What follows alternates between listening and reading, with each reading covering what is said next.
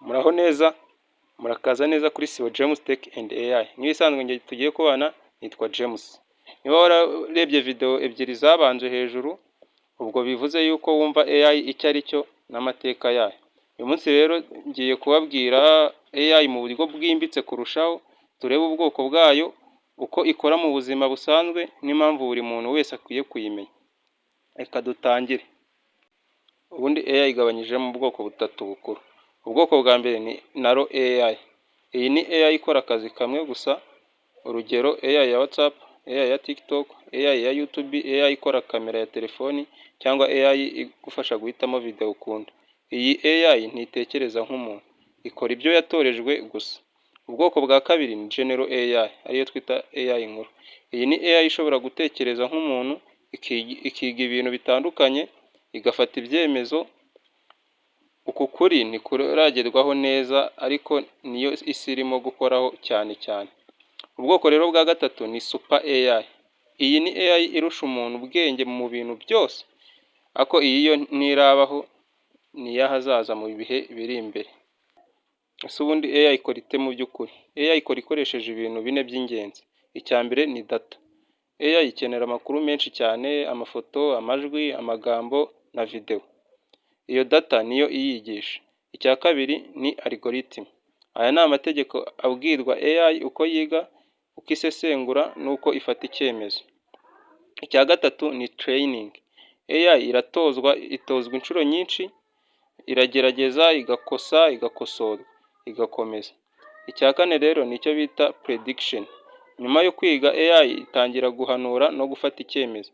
Urugero naguha nk'iyo wanditse ijambo muri WhatsApp, igahita iguha ijambo riri bukurikire. Icyo gihe nabwo ni AI. Reka nguhe ingero za AI dukoresha buri munsi, abantu benshi barayikoresha ariko batabizi. Iyo Google iguha ibisubizo, icyo gihe ni AI. Cyangwa se nk'iyo TikTok ikwereka video ukunda, iyo nayo ni AI. N'iyo phone ifunguka ukoresheje isura, nayo ni AI.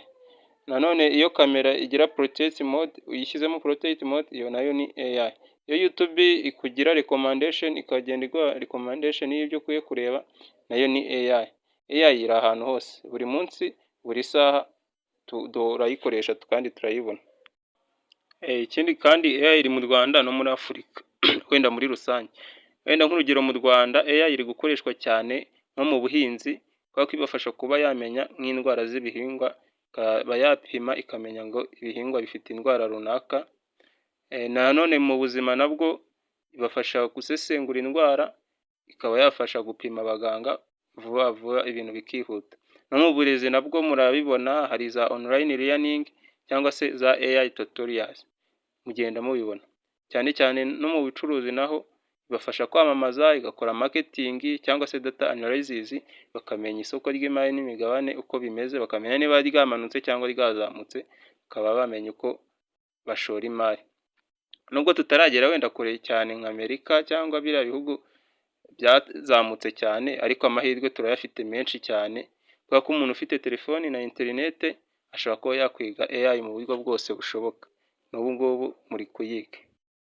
Ikindi kandi ukwiye gutangira kwiga AI uyu munsi, udategereje wenda ngo nzaba nyiga utaha ahazaza. Reka. Ukwiye gutangira kuyiga uyu munsi. Niba utize AI uyu munsi, ushobora gusigara inyuma. Imirimo myinshi izasimburwa na AI. Ikindi kandi amafaranga azajya ku bazi AI, ariko niba warayize uzabona amahirwe mashya, uzabona kandi akazi ka online, uzashobora kwikorera imishinga yawe.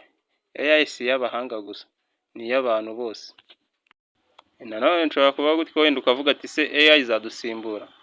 Ukuri nyako, AI ntabwo yadusimbura twese, ariko umuntu ukoresha AI azasimbura utayikoresha. AI ni igikoresho. Wamenye kuyigira igikoresho neza rero, niwe uzatsinda. Ikindi kandi AI tukwiye kugira ukuntu tuyitwara, kubera ko AI igira ibibazo. Ishobora kuba wenda yakwiba amakuru runaka y'umuntu, nanone ishobora kuba yabeshya, cyangwa se nanone AI ishobora kuba yakoreshwa nabi. Niyo mpamvu AI igomba gukoreshwa neza kandi mu bwenge. Tukwiye kujya tuyikoresha, ariko natwe tugashyiramo ubwenge. Buriya hari na AI zizwi cyane kurusha izindi, navuga wenda nko ku rwego mpuzamahanga. Hari wenda reka mbabwiremo nka nkeya za hafi abantu benshi bazi. Hari wenda nka ChatGPT iza ku mwanya wa mbere, hakaza Gemini, hakaza iyitwa Copilot, hakaza iyo twita Midjourney, hakaza Meta AI ngira mwese murayizi, hakaza Canva. Izi zose zishobora kuba zagufasha kuba wakwandika, ukanoza inyandiko, cyangwa ukaba washushanya ku bantu wenda b'abashushanyi bakora designer, cyangwa nanone ukaba wahimba amafoto editing, cyangwa nanone ukaba wakwiga vuba bitewe n'ikintu ushaka kuba wakwiga cyose, izi zabigufashamo. Ikindi kandi AI buriya tuyifite nk'amahirwe nk'urubyiruko. AI ni amahirwe ku rubyiruko cyane cyane nka hano mu Rwanda, kubera ko hari ibikorwa byinshi bya AI yagenda igufashamo. Kubera ko hari nk'icyo twise freelancing, hari aba content creator, hari ama online business menshi ushobora kuba wakora, hari icyo bita digital skills, kandi ntago utu twose tuba dusaba ngo ufite laptop wenda ihenze zo mu mamiliyoni. Telefone byonyine, iyo telefone ufite ushobora kuba wayitangiriraho, noneho wenda ibyo bindi bikazaza nyuma by'ibikoresho ariko watangiye uyu munsi. Icyo nakubwira cyo AI ntago ari iyo kuvuga ngo n'ejo, utegereze ejo ngo nibwo uzayitangira kuyikoresha. Reka rwose waba wibeshya cyane, kubera yuko AI niba ushaka kuyimenya neza tangira uyu munsi. Aho utangirane n'amakosa ukora, ugenda ukora amakosa namwe, noneho ayo makosa ukayigiraho ukarushaho kubimenya, kubera ko buriya twigira ku makosa. Buriya ikintu wakoze ugakosa, ubutaha ntago ugisubiramo. Ikintu nakubwira cyo, ikosa si ugukosa, ahubwo ikosa ni ugusubiramo ikosa utagize ryigiraho ukayisubiramo. Iyo urisubiyemo inshuro ebyiri, icyo gihe riba ryabaye amahitamo yawe, ntabwo kiba riri ikosa.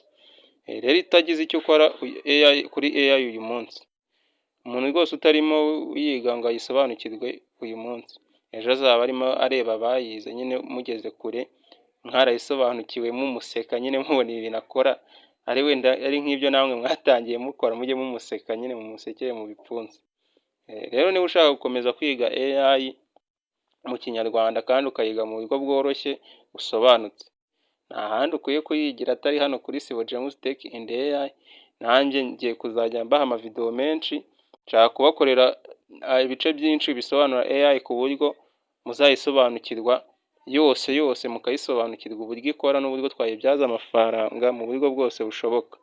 Rero icyo usabwa, komeza ukurikirane Sibo James Tech and AI, ukande subscribe, ikindi ukore share, kandi nanone ntiwibagirwe kwandika comment, ushyiremo imitima, tubwire na video wenda twazabakoreraho ubutaha uko twayisobanuraho, ndetse ntiwibagirwe kugenda udakoze subscribe nyamuneka ngo wiyandikishe muri uyu muryango. Murakoze rero, video yacu nakagaruka tuzahorera mu kindi gice. Kwiga AI mu buryo bworoshye, subscribe Sibo James Tech and AI.